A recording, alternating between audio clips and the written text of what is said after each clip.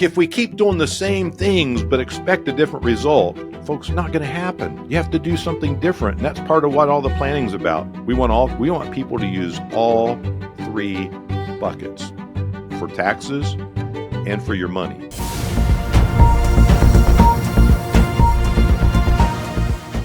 We talk a lot about taxes here on Winning Retirement, and the very first federal income tax, fun fact, or maybe it's not really fun, I don't know, interesting fact, was introduced in 1861 to help fund the Civil War. The rate, 3% on income over $800.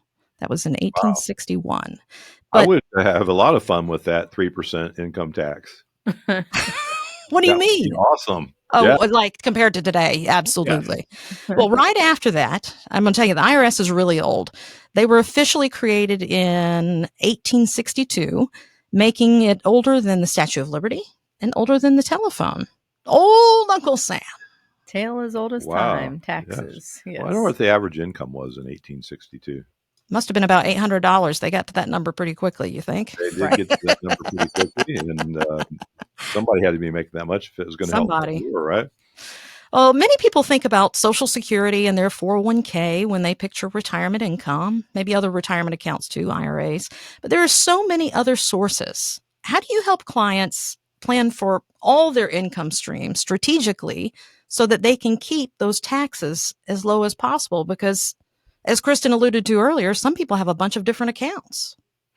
Well, Greg, a lot of times will talk about this part being the most fun part of what he does. Yeah. And it's really Is it doing nerdy? the Lego puzzle of income planning, because there are a lot of sources of income that one actually has, even if you're not thinking about it. You have your Social Security. That's the main source of income that you're going to have in retirement. Typically, people are counting on that. And it's not like they need it to survive all the time, but it is a big chunk, sometimes half of what you need in retirement, and maybe even more than half of what you need. So Social Security plays a big part of the income planning, as well as pensions. Although the days of the huge pension are kind of dwindling away, we do meet with families a lot of times that will have a large amount of pension dollars available as a part of the overall income planning strategy. Yes. Then you've got your RMDs if you're over age 73. Of course, those come into play because that's income that you're going to have to take out of the IRAs that you have accumulated over the years. And those dollars are different because we can do some planning with those dollars. It's not the same as maybe your pension dollars that have already been decided. You know, you've already selected your pension options, or your Social Security dollars that have already been decided that that amount is what it is. Your RMD strategy can come into play with how that investment is held, as well as the amount of money you're taking out of those accounts.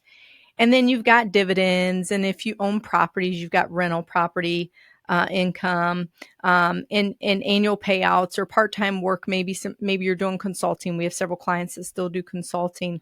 So you've got a lot of dollars that we need to look at to decide how everything's going to work, so that we understand for your income strategy, but also your tax strategy in retirement. Yes, and understanding where all the income streams are is vitally important. But before you get to that, to me, you have to understand the real need.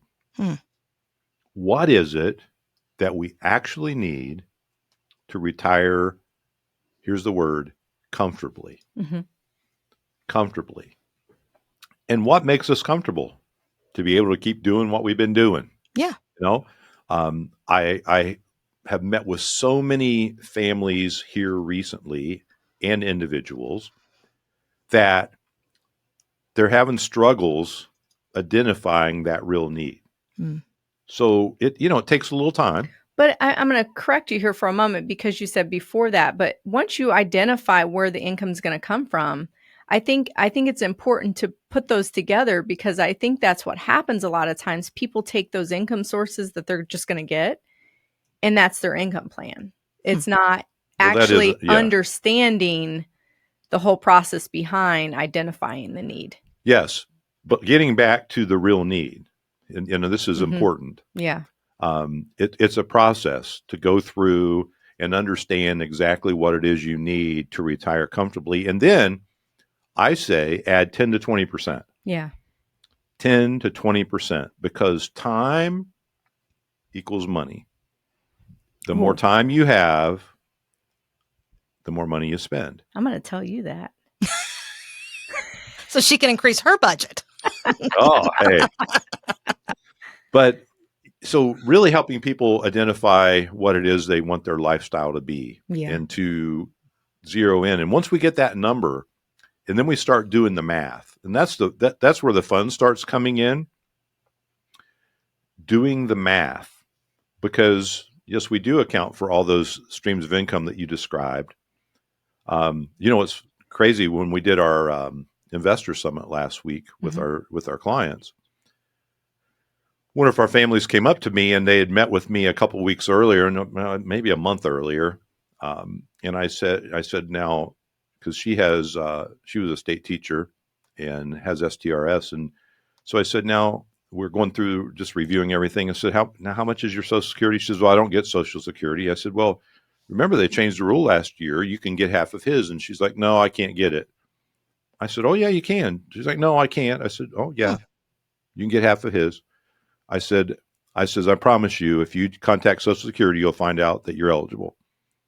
She contacted Social Security, and at our investor summit, they came up and said, you're right. She's going to get $2,000 a month. That's great. And she's like there's another, they love Adventures by Disney. There's another trip, right? Yeah. So it's all about that. It's understanding where your sources are, and then layering income strategically. And this is fun. When we lay out the written plan, you start to see it layering. You see, okay, the pension starts here. The Social Security starts here. The protected income plan that we set up for them starts here. And then, we're going to pull out some dividends. Okay, that's going to start here. Oh, you're 73, you have required minimum distributions. Okay, that starts over here. Right. And all of a sudden we're looking at that, and I said, okay, it's really cool. We had a family, their income need was $144,000 gross, roughly $120,000 a year net. Okay. And so we put in the $144,000. We put in a 3% inflation feature.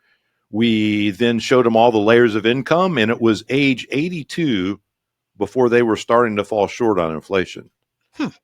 And by the time you get into your 80s, you slow down your spending a little bit. You're not traveling as much. You're not doing as much. You're not going as many places. You're not typically remodeling your house. You're not buying as many new cars. All those things that you spend money on earlier in retirement, right, you don't necessarily need to now. And then we do have to avoid, Kristen, the tax traps. The little traps that Uncle Sam lays for us. I imagine him being like a little cartoon character going, hee, and putting out like a little bear trap or something like that. I think the biggest tax trap that I've seen clients fall victim to, or families that we've potentially were going to work with fall victim to, was the higher income triggering higher Medicaid or Medicare, payments or premiums. Yes. Because the IRMA. The IRMA. That can impact your Medicare Part B and your Part D prescription benefits. Right.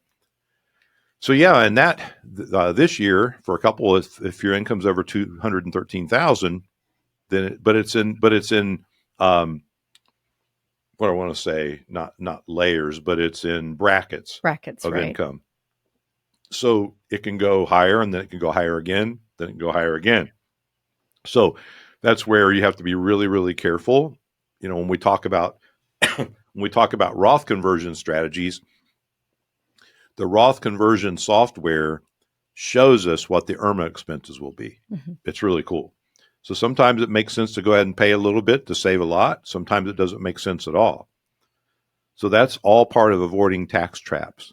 There's the short-term taxes, and then there's the long-term taxes, and making sure that we're ready for both. It